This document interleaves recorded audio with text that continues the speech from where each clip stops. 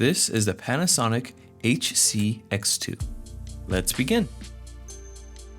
To turn the camera on, press the power, lock, and record button that works as a multi-switch that not only powers on the camera, but also allows you to record and lock it once you start recording. Your pop-out internal display is located in the top handle, featuring a 3.5-inch touchscreen that pops out and swivels for easy viewing at any angle. Another button that allows you to record is the top record button, located in the top handle and perfect for those low-angle shots. You have three options for zoom. The first option is fast zoom that controls how fast the camera zooms in. The second option is the variable zoom ring that zooms in at the speed you rotate it at.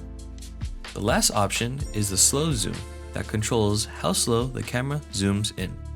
Your ports include the XLR port that allows you to connect external microphones, the USB-C port, a multi-purpose port that can be used for external drives, charging, and data transfer, the HDMI port that can be used for external monitors or capturing devices, and the Ethernet port that can be used as a port to send a video signal for YouTube or to transfer data.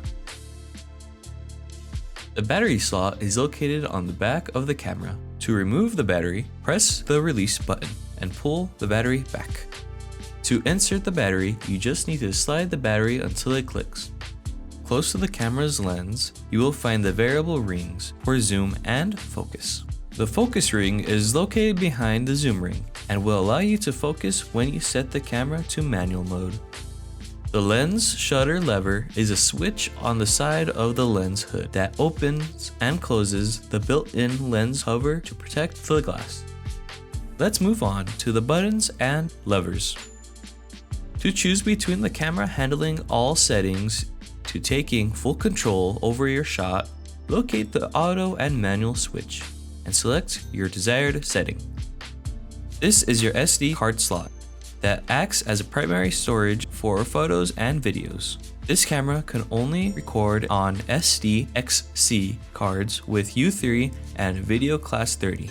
To set up an appropriate brightness level when the recording environment is too bright, set your ND filter switch to the desired level you see in the screen. The camera contains three focus-related buttons and switch. The focus assist button helps you magnify the screen. The auto/manual switch that lets you toggle between an automatic focus or using the lens ring. The push auto button provides you with a quick one-touch autofocus while you are still in manual mode. To regulate the amount of light entering the lens, press the iris button and adjust its level with select and push set. To manually control your brightness, press the gain button and adjust its level with the select and push set. To freeze fast action or create motion blurred effects, press shutter speed button and adjust its level with the select and push set. To adjust the white balance to the lighting conditions you are currently in, press the white balance button.